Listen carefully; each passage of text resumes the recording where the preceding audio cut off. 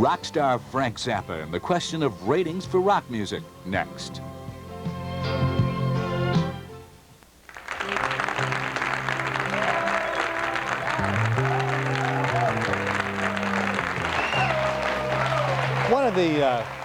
One of the biggest controversies in the country right now has to do with the form of music that most of us grew up on, rock and roll. And how far is too far, and when are lyrics too strong in terms of their content? It is something that is, even as we speak, being debated in the halls of Congress. Some say they have gone too far already. Others say, look, there's a First Amendment, you don't have to buy it if you don't want to. Why don't we give you an example of some of the things that really are those things that are getting under the collars of people who would like to change the system. First, I want to show you a piece of video from a song by Sheena Easton called Sugar Walls. And I'll tell you why people are getting hot about it. Let's take a look. Love races to your private sites. Lets me know there's a fire. You can't fight passion when passion is hot. Temperatures rise inside my sugar wall. Okay, I don't think you need a PhD to figure out, you know how it goes. Is that too far? Is that too far? And is that something that your kids ought not to be exposed to? Or if, in fact, just to be advised that that kind of lyrical content is in an album? I don't know. That's the debate. We want to get you in on the telephone. We've got an audience that is very anxious to talk about this. And they are very pleased to have, as we are, Frank Zappa with us this morning. Hey. He is...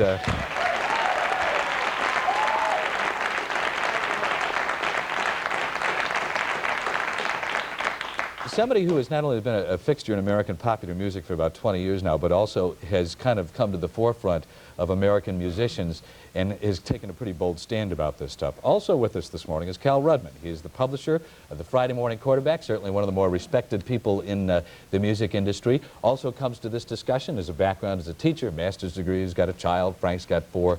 Get on it, Cal. 3 more, come on. Okay, Sheena Easton's Sugar Walls. What's wrong with going into a record store and seeing a little teeny sticker up in the corner that says R on it? Well, whose R is it? First of all, why would you want somebody else to decide for you what that song means, whether it's good, bad, or indifferent, or too hot for you or your children? Why do you need to have somebody decide that for you? Are you too lazy? Okay, but let's say the... I mean, not you, of course, but... No, I mean, certainly, Frank. I'm a hard worker, Frank. But what about the fact that parents are busy? I remember when I was listening to rock and roll, my parents couldn't police every single lyric line that was in the songs. You've been in music for a long time. Has it gone too far, do you think? Are you going to shoot the messenger that brings the bad news? Songs are a reflection of our society. They don't create the society. That's true. You have to remember that. I mean, why is all this talk about policing? What are we policing here? We were talking about words. Remember, sticks and stones can break your bones, names are not going to hurt you. What is a word going to do? Have you ever heard of a word that could make you go to hell, or is it going to turn you into a maniac? This thing started off about words. I noticed that when these, and I've done a lot of these shows, they always start off with some kind of a videotape, and they have some lyrics on the screen. Ooh, does this scare you? Is this going to make your going to make your children go rabid? And if it weren't for the fact that rock videos exist, I don't think this issue would have gotten very much coverage on television, because it makes such a nice little package. You take the rock video, show them some pictures, and you put the chyron on there and show them the letters, and then they go, yeah, well, big issue, let's make a decision. Okay, but obviously the Congress of the United States agrees. You want to know who needs policing? Those guys need policing. Why? Why? I'll tell you why. First of all, this matter never should have been heard in a Senate hearing. Why was it? First of all, well, I'll give you some statistics. First of all, if there is a Senate committee wherein it might have been appropriate to hear this particular matter, it should have been Paula Hawkins' committee for family, child, drug, alcohol. And apparently they originally wanted to have it there. And I heard that maybe their committee was busy, but it wasn't so busy that Paula couldn't attend this particular meeting. This matter was heard before the Senate Commerce, Science, and Transportation Committee. Does that sound appropriate? For one reason it is, because 5 of the husbands of these wives were sitting on that committee. You're talking about a stacked deck as a fact-finding committee. Let me just interject one thing. The wives to which you were making reference are part of the founding people in a group called the Parents Music Resource Center. They are the congressional wives who got this thing rolling. Right. They were invited to be part of this program. We told them exactly what the format was going to be. They chose to decline the offer to be on this program with Frank Zappa. Theirs is a point of view, though, that has to be heard. Okay, so you be them, all right? No. It's not my job. All right, well, I'll be them. Get your sleeves up like this. Okay, I'll be Tipper.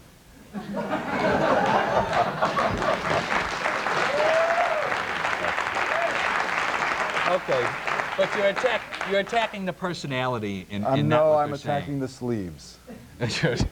Okay, you say the video has gone too far. The problem is the video, as Frank stated. Without the video, this issue could have not been brought to the fore. And there's been an unwritten code in visual media that you never violate. Well, it's been violated, showing sadomasochism on the screen. And the directors, they got their head and they went too far, and they put a lot of stuff on a screen, and these images have exploded on screens across the country, and it's been devastating. Okay, but what are we trying to do? We're trying to legislate change for MTV or trying to legislate change for the recording industry? They're two separate entities. There isn't going to be any legislation. I believe Senator Danforth already said there will be no legislation. But here's the problem. Yeah. Danforth opened the hearing by saying the purpose of this hearing is to ventilate the issue. We do not want legislation. Danforth said that. He was immediately followed by Hollings, who said if he could find a way to do away with it constitutionally, he would. Let me ask you about... He does want legislation. Your bottom line on this is you think that Congress is investigating and putting up a lot of smoke because they're trying to humor their wives? No, it's worse than that. This is involved with a bill it's known by several names. In the House, it is called H.R. 2911. And in the Senate, it's called the Mathias Bill, and then there's another bill which resembles it closely, and I don't know the name of that one. But yesterday, the Mathias Bill was heard in the Senate. And this is the notorious blank tape tax. It means a lot of money for the record industry. And the record industry humored the ladies to begin with simply because the ladies were married to men who would influence record industry legislation. Okay. Let's go to the audience. We've got a lot of people who came here to see Frank and get involved in this issue. Liz? This is a record store owner. I'm curious, what would happen if the records were rated R, P, G, X? What would happen to sales? I don't think it would be hurt. I think that most kids, they're looking for that, and it might even be something good for certain sales. But, do you feel like asking kids to whip out their age cards to justify the fact that they would want to buy an R-rated record? No, it's very unfair. There's no reason to have to do anything like that. If a parent doesn't want a kid to have a record, they should know. They should have to listen to the record themselves and decide that. There's no reason to. Is there any reason, though, to believe that a parent is going to, grab all the new albums that come into a house and say, let me listen to them first? There's no reason why a parent should. Why should a parent be afraid of a child hearing a song like Sugar Walls? Okay. Some parents would say that it promotes sexual activity. That's why. And they don't wish to have their children active sexually at a certain age. Well, there's no scientific evidence to support that. That a person would hear Sheena Easton say sugar walls. If a person is sexually ignorant in a young age and they hear references to sugar walls, they don't know what a sugar wall is yet. Okay. So what's the deal? Okay. Insisting that this was a dirty record, and I still don't know any of the lyrics to Louie Louie. And neither did the Congress when they listened to it. Do you know that it went as far as the Congress listening to Louie Louie? Originally? Yeah. And after 20 years, they still don't know what the lyric is. Right. Stay with us as AM Philadelphia continues. Have the lyrics and popular songs gone too far? And if they have, what should we do about it? We'll get your phone input. More audience input is Frank Zappa, Cal Rudman. Continue on AM Philadelphia. We'll go away.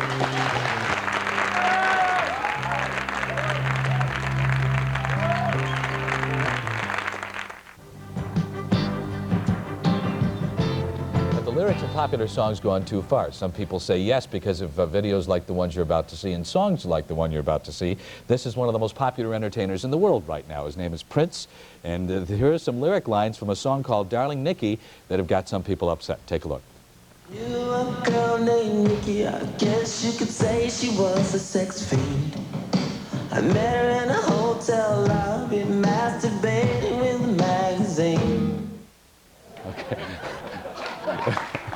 Yeah. Let's go to the audience and get some reaction. Well, I just wanted to mention it's a fascinating coincidence that we had the incident in the Springfield Mall that we did last night, because a lot of this attention to the rock lyrics was brought back to the public eye a couple months ago following the capture of the Night Stalker in Los Angeles. Ramirez, his name was an AC/DC and a heavy metal fan who claimed that the lyrics to these songs were what inspired him to go out and kill people. Do you think that was a probable situation, that he actually could have been inspired by a record? It's a possible situation, but then again, Beethoven's Ninth was supposed to inspire ultra-violence in a movie, Clockwork Orange. So anything can supposedly inspire someone to do something in the name of. Okay. Okay, we got some more people here. Dan Duber from Bridgeport. We love you, Frank. I think that when they put restrictions on an artist, they stifle their creativity. And this is going to cause like a lot of problems for artists to keep producing good material for people to listen to. Okay. I'd like to say that they said they're going to rate records, but why don't they rate the commercials with the Citrus Hill, get your juices flowing? That's just as bad as Sugar Walks.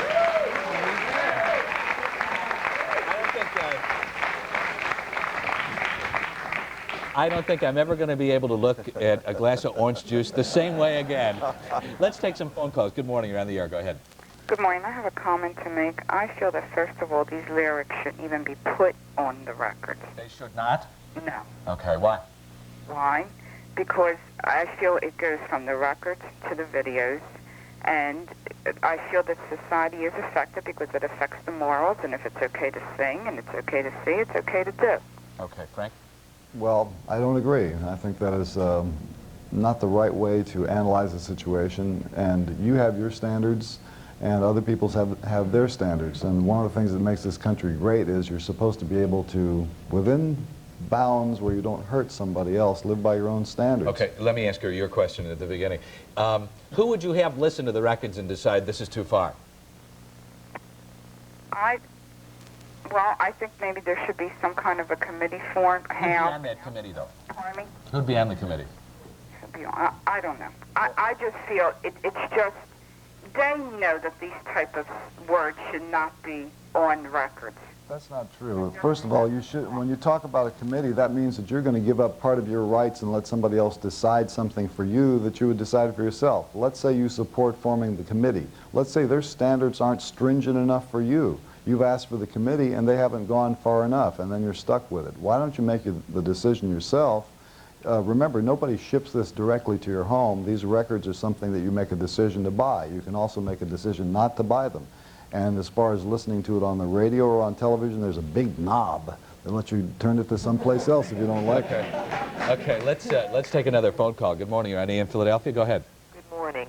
I think that, firstly, it's rather absurd to suggest that nothing affects nothing. Everything affects everything. Like the commercials affect us. The music certainly affects us, as do books, as do magazines. And the question is, where's creativity? Don't turn that up. Right. Somebody's trying to be creative in your house, I guess. Don't suggest. I mean, it's an absurd suggestion. As I said before, that we're not affected by these things, and certainly young people who are very impressionable. But even further, the question is, what is so creative about writing lyrics about sexual perversion and explicit acts? I mean, there's nothing creative about that. Sex has been around, obviously, for a long time. We were all here to attest to that. What people want to do or do in the privacy of their cars, homes, backyards, wherever they do it, is really a personal choice. Do I need to be subject to your personal perversions? I have my own.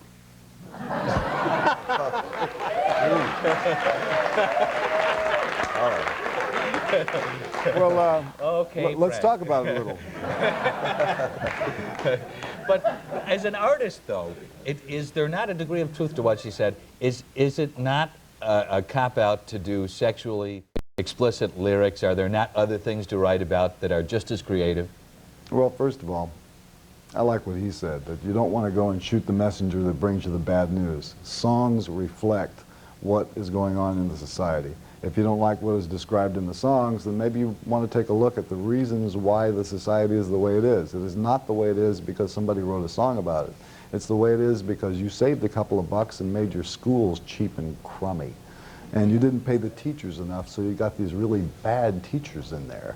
And then you chinched on this and you chinched on that, and the quality of life goes down and down and down while you told yourself you were being frugal and you know, financially responsible, and the quality of life goes down. And then, of course, you got too busy to take care of your own kids in your own home. You know, you want things to be better? There's a little bit that you can do yourself as an individual. Don't turn it over to a committee, whether it's Tipper or anybody else's committee. You know, take care of it yourself. You don't need the government involved in this. Let me get another quick comment from the audience. Well, just a comment from me. It occurs to me that the fastest way to make kids stop listening to rock records is to sit down and listen to them with your children. Yeah, right. Because kids never want to do anything with their parents Right. anyway. Yeah, I'd just like to say, like, in relationship with the first caller about the words, I think basically it's the consumer and the parents themselves. They misinterpret the song. I mean, you really don't know what the song is about except through the songwriter's own head, the way he writes, like, you know, in your music or other artists' music. You have to know exactly what is going through his mind into the music. What about when it's as explicit as the masturbation line in the Prince song? Well, still, I mean, you have to look at it through a different eye. You just can't take it as a, this is dirty, this is that. I mean, it's basically the way a human person is. Some of this is accepted, some of it's illegal. not. I mean, so what are you going to do? Going to put handcuffs on people in case they get an urge when they hear the song? Okay, but wait a minute, Frank. Do you listen to, when Moon Unit and Dweezil and your other children were growing up, did you listen to everything that they listened to? Of course you don't not. have time. Well, it's not that I don't have time. I'm not interested in it. Besides that, I don't have any terror of it, and I don't think they do either. And some parents do, but the fact is, those parents, if they really are afraid of their children hearing some little weird thing slipping by, how about jazz with no words to it, or instrumental music of other types, or classical music? You don't have to, the parent is not at the mercy of the child, where the child demands that blindly the parent must go to the store and buy Darling Nikki, okay, or whatever it is. The parent still has the $8.98 in the pocket when it's, you're talking about young children. And they can choose not to buy that stuff, or maybe even suggest that their kids read a book. Thought-provoking. Cal Rudman, Frank Zappa, my thanks to the both of you, and certainly to our audience who came down to see you guys talk about this. Thank you both very much. Continue success. Stay with us as AM Philadelphia continues.